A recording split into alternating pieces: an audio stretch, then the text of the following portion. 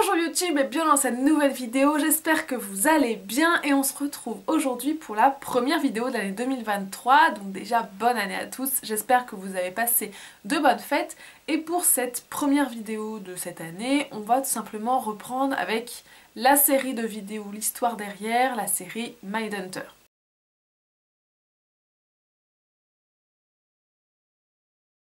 Dans cette vidéo, donc, on va voir maintenant un nouveau tueur en série qui est évoqué dans cette même série Mindhunter, et ça va être Dennis Rader. Si vous ne le connaissez pas sous ce nom, vous le connaissez peut-être sous le nom BTK. Et ce tueur en série a tué entre 1974 et 1991 et c'est seulement en 2005 qu'il a été arrêté. Donc Dennis naît le 9 mars 1945 dans une famille plutôt religieuse d'origine luthérienne et donc il vit à Wichita à ce moment-là.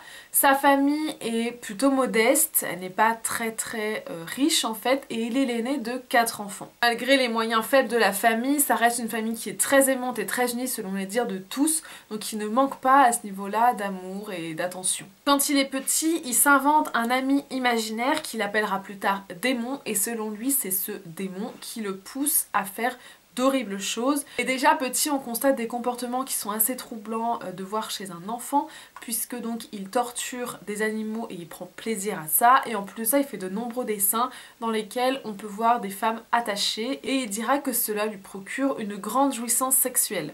En 1965, donc il est âgé de 20 ans, il s'engage dans l'armée et en sortira 5 ans plus tard en 1970. En 1970, il quitte l'armée, mais ce n'est pas pour autant qu'il quitte définitivement en fait, puisqu'il reste quand même réserviste après son départ de l'armée. En 1971, soit un an plus tard, il rencontrera Laura Dietz dans son église, puisqu'elle chante dans son église, et il la rencontre et l'épouse donc en 1971. En 1973, 2 ans plus tard, il obtient un diplôme en électronique et c'est l'année suivante qui plongera finalement dans le meurtre définitivement et qui commettra son premier meurtre qui sera le premier d'une série de 10 meurtres en tout. Donc c'est le 15 janvier 1974 que la famille Otero connaîtra un destin tragique puisqu'elle croisera le chemin de Dennis Rader qui les tuera. Donc la famille Otero, pour vous présenter un peu, elle est composée de Joseph, 38 ans, et de Julie, donc sa femme, et ensemble ils ont 5 enfants. Donc pendant 3 semaines, Dennis les surveillera attentivement en apprenant par cœur leur emploi du temps.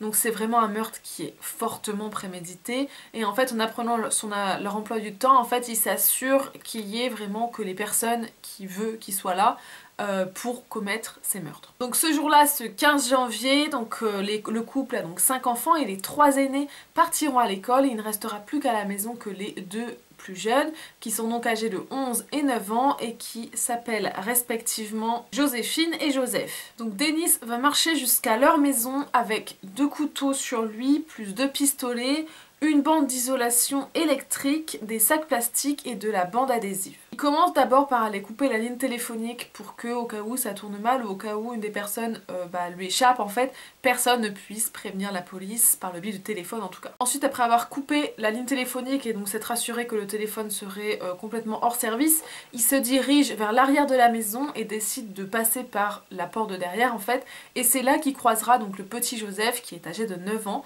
et à ce moment-là, dès qu'il le croise, il pointe directement son pistolet sur lui et il enjoint en fait de le suivre à l'intérieur, enfin de le mener même à l'intérieur de la maison. Donc il rentre à l'intérieur avec Joseph, donc le petit, l'enfant, et c'est là qu'il voit en fait le père, donc Joseph senior, et en fait c'était pas prévu qu'il soit là puisque lui il pensait en fait qu'il devait partir parce qu'en l'ayant observé pendant des semaines il constatait que Joseph n'était plus là à un moment donné, sauf que ce jour-là en fait il reste à la maison et donc il tombe sur Joseph senior et là en fait il lui demandera tout simplement de s'attacher avec son fils. Il s'en prend en premier au père, donc Joseph senior, qui tente d'abord d'étouffer en lui mettant un sac plastique sur la tête et ensuite il prendra une corde qu'il enroulera autour du sac plastique et il serrera au niveau de son cou pour l'étrangler. Ensuite donc il enfile en plus par-dessus le sac plastique plus la corde, il enfile un deuxième sac plus un t-shirt, ce qui tue définitivement le père sous les yeux de tous les membres de la famille. Il fait finalement subir le même sort à la mère, donc Julie, et au petit Joseph, donc il les tue de la même façon en les étouffant avec des sacs plastiques. Et ensuite il se tourne vers Joséphine, qui est finalement sa véritable cible, et là il le fera des horreurs. Il l'emmène au sous-sol où il la pend à un tuyau et il placera un bâillon pour éviter qu'elle ne crie de trop. Ensuite il la dénude à partir de la taille jusqu'aux pieds et il se masturbera sur elle. Après ces horreurs commises sur la petite Joséphine, il quittera finalement les lieux en emportant des objets en guise de trophée, en guise de souvenir. Et il oublie, même en partant, un de ses couteaux qu'il devra venir rechercher en plus parce qu'il reviendra dans la maison pour rechercher ce couteau. Donc là, Dennis vient de commettre ses premiers meurtres et ce n'est pas rien puisqu'il en a commis 4 au total, laissant derrière cette famille d'ailleurs 3 orphelins puisque donc il a tué quasiment toute la famille. Et c'est quelques mois plus tard qu'il récidivera puisqu'en fait il marque un arrêt pendant quelques mois jusqu'en avril. Et là, il choisira sa prochaine victime qu'il sélectionne et qui, elle, sera Catherine Bright. Donc c'est le 4 avril 1974 qu'il frappe à nouveau sur la personne de Catherine. Elle est âgée de 21 ans et il la prend pour cible. Ce soir-là, il rentre chez elle en brisant un carreau et en fait, Catherine n'est pas chez elle ce soir-là, donc il doit l'attendre et il attendra pendant longtemps. Quand elle arrive enfin, elle n'est pas seule puisque son frère est avec elle et donc ça brise un peu les plans. Enfin, ça ne se passe pas comme Dennis l'avait prévu puisqu'il y a une autre personne en plus de Catherine. Son frère s'appelle Kevin et Dennis, en les voyant arriver, finira par sortir de sa cachette et s'en prendre en premier lieu donc à Kevin, qui l'emmènera dans une autre pièce pour lui tirer une balle dans la tête. Il laisse Kevin pour mort et décide d'aller à la rencontre de Catherine, qu'il tente d'étrangler cette fois-ci, comme il l'avait fait d'ailleurs pour les parents et pour le petit Joseph.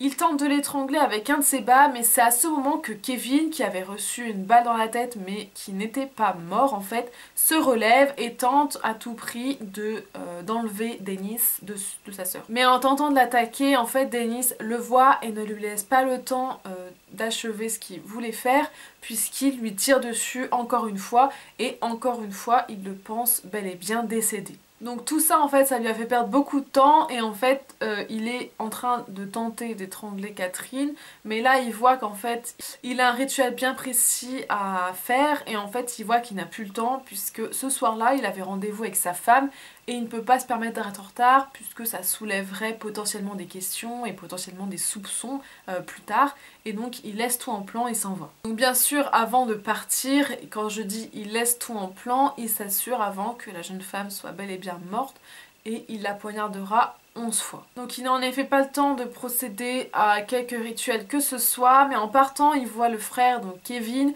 qui se traîne agonisant, donc sur le point de mourir en fait, il se traîne dehors pour appeler à l'aide, mais celui-ci n'a pas le temps en fait de s'occuper du garçon et le laisse en vie et c'est pas grave et il s'enfuit. Donc le frère sera retrouvé et sauvé, puisque donc arrivé à l'hôpital il peut être soigné, mais sa sœur par contre, Catherine, elle sera retrouvée trop tard et en fait elle sera déjà en train d'agoniser et elle mourra finalement des suites de ses blessures à l'hôpital. D'ailleurs Catherine et Kevin, donc ils sont quand même deux victimes de BTK, donc de Dennis Rader, ne seront liés à tous ces meurtres que bien plus tard, puisqu'en fait au départ la police, quand elle découvre les corps, le corps et Kevin, pense tout simplement à un cambriolage qui aurait mal tourné et ne font pas le lien avec potentiellement les autres meurtres de BTK, puisque celui-ci n'a pas eu le temps de bien ritualiser le meurtre de Catherine comme il a pu le faire sur cette victime, et donc il n'y a pas de ressemblance apparente. Donc souvenez-vous, le meurtre des Otero a eu lieu en janvier et en octobre 1974,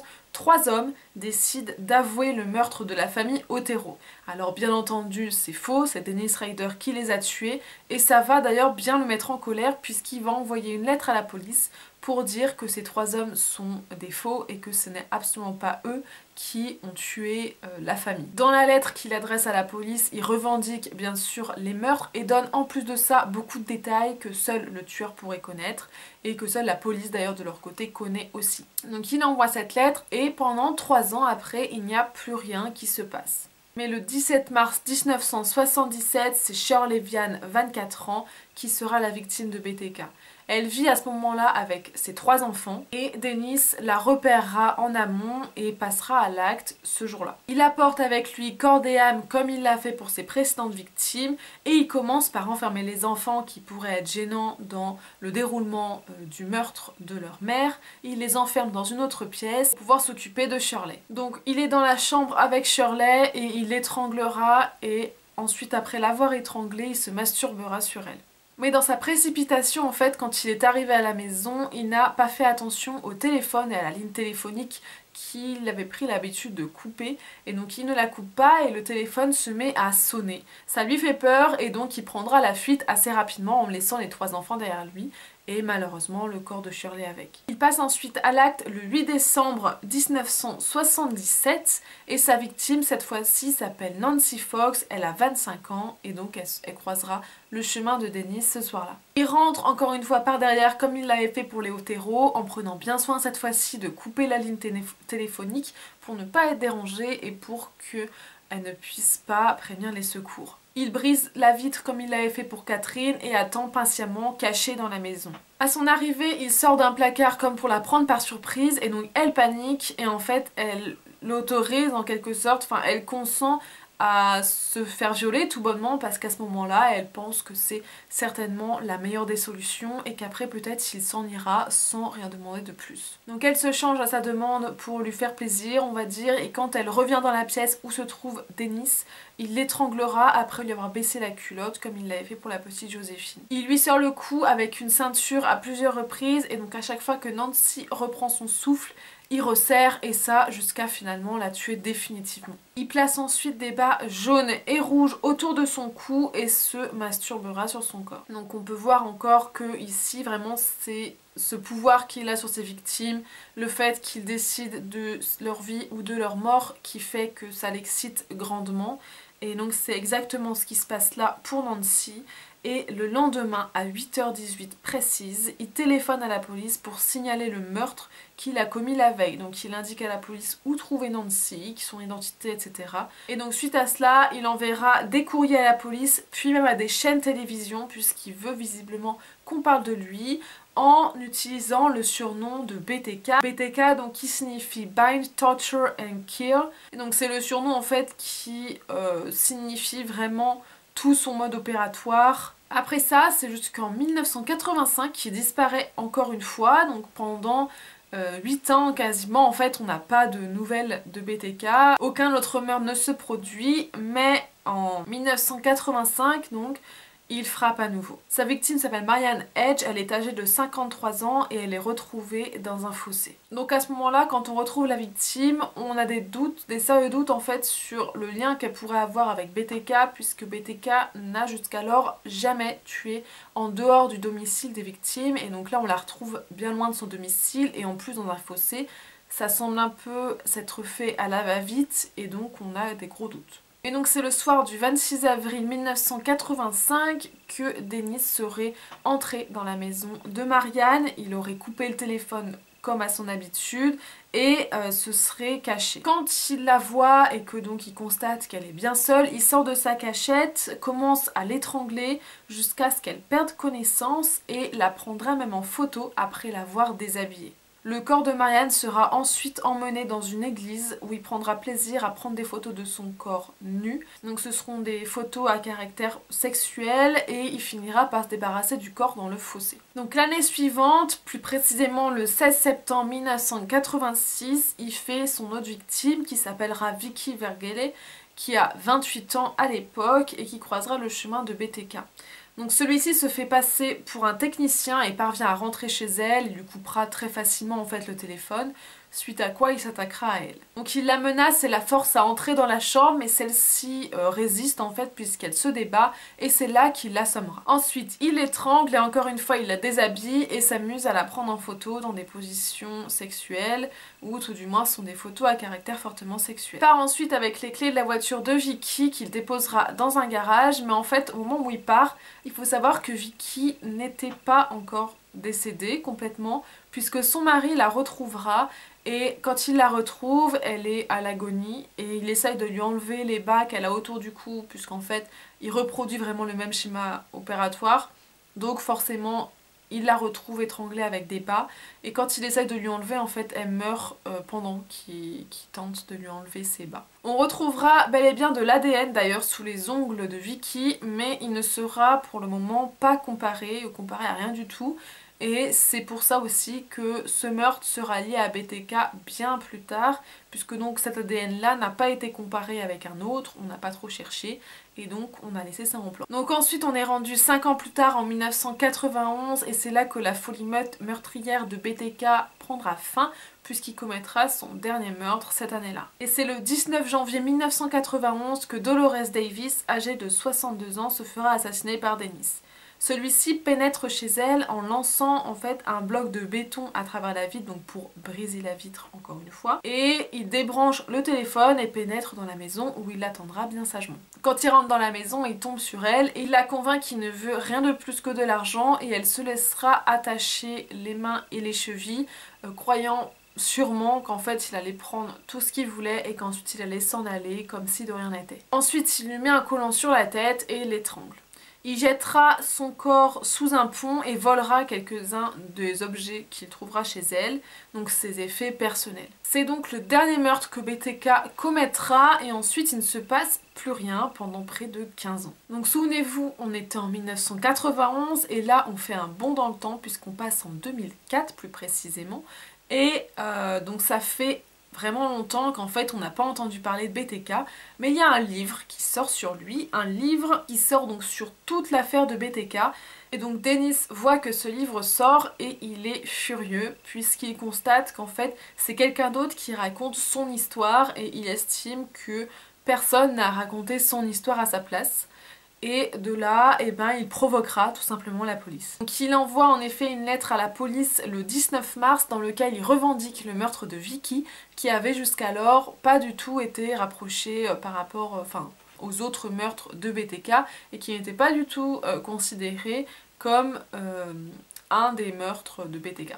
Donc il provoque fortement la police et entre temps il faut savoir que les avancées technologiques ont beaucoup progressé et que en 2004 on peut maintenant faire de la comparaison ADN assez facilement et en plus on a de l'ADN de BTK et donc il ne manque plus qu'à trouver un autre ADN en face pour pouvoir comparer les deux. Pendant ce temps Dennis continue de communiquer on va dire à la police puisqu'il dépose à plusieurs endroits et à intervalles réguliers des colis qui sont destinés à la police dans lesquels il met soit des objets, soit des lettres dans lesquelles il décrit précisément ce qu'il a fait à ses victimes, comment se sont déroulés les meurtres. Donc ce sont des choses que bien sûr seul le tueur peut connaître et ça fait qu'en fait la police le traque et à chaque fois essaye d'avoir un coup d'avance sur lui, mais il semble toujours en avance sur les policiers. Mais il fera une erreur un jour puisqu'il dépose un colis sur un parking qui est surveillé par vidéosurveillance et de là en fait ça va être son erreur puisqu'il va se faire arrêter en partie à cause de cette vidéo. Donc sur la vidéo de surveillance les policiers voient bien la voiture de BTK, ils voient bien quelle est la voiture qui dépose le colis en fait qu'ils ont trouvé plus tard et ils arrivent après des heures de travail à trouver finalement quel est le véhicule de BTK, quelle marque c'est, quel modèle, tout ça. Et donc déjà ça leur fait un point qui, une fois qu'ils auraient trouvé un potentiel suspect, peut être bien utile pour l'enquête. Donc début 2005, donc c'est le début de la fin pour Dennis Rader alias BTK, puisqu'il envoie une disquette à la police. À l'époque, il n'y a plus aujourd'hui, ça n'existe plus, ou en tout cas personne n'utilise ça. Mais à l'époque il y avait donc des disquettes et donc il en envoie une à la police. Et donc là, il fait une grosse erreur, puisqu'en fait, en envoyant cette disquette, les policiers arrivent à retracer d'où elle vient et de quel ordinateur elle vient.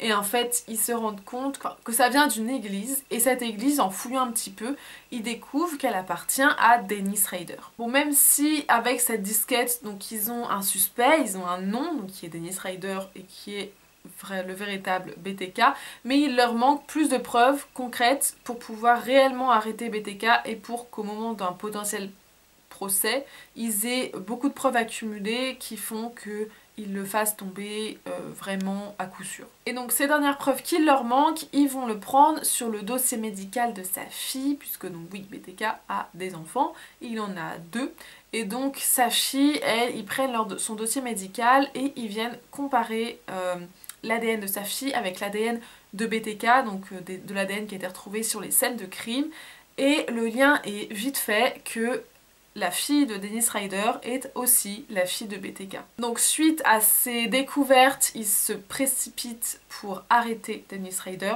et le 25 février 2005, il est arrêté et interrogé. Il nie absolument tout au début comme tous les tueurs en série, tous les tueurs, tous les criminels de manière générale, il nie tout à l'inspecteur, mais quand celui-ci sortira la preuve ADN comme quoi BTK est le père en fait de sa fille à lui, et bien c'est là qu'il craquera et qu'il avouera absolument tout. Son procès se déroule le 25 juin 2005 et là il donne des détails vraiment très morbides à tout le monde.